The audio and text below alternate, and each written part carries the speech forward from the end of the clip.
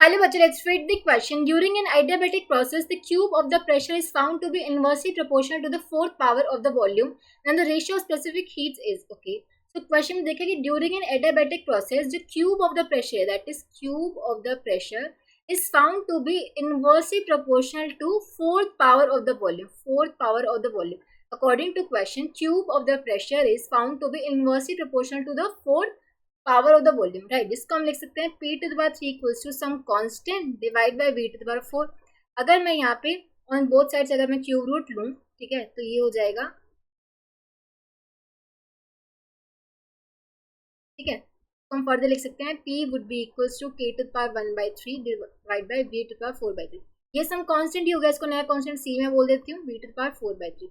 इसको हम फर्दर में लिख सकती हूँ P V to the power 4/3 equals to constant. ये हमारी इक्वेशन आ गई सॉल्व करके।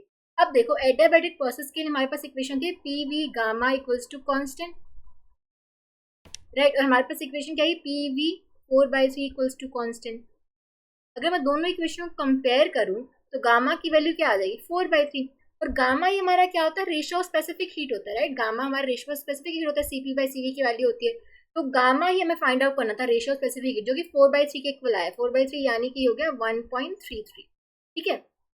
तो option B would be the correct choice, ठीक है। गामा की वैल्यू जो कि रेशियो ऑफ स्पेसिफिक हीट हमारा 1.33 के इक्वल हो गया, so option B would be the correct choice. I hope आप सबको समझ आया होगा। Thank you so much.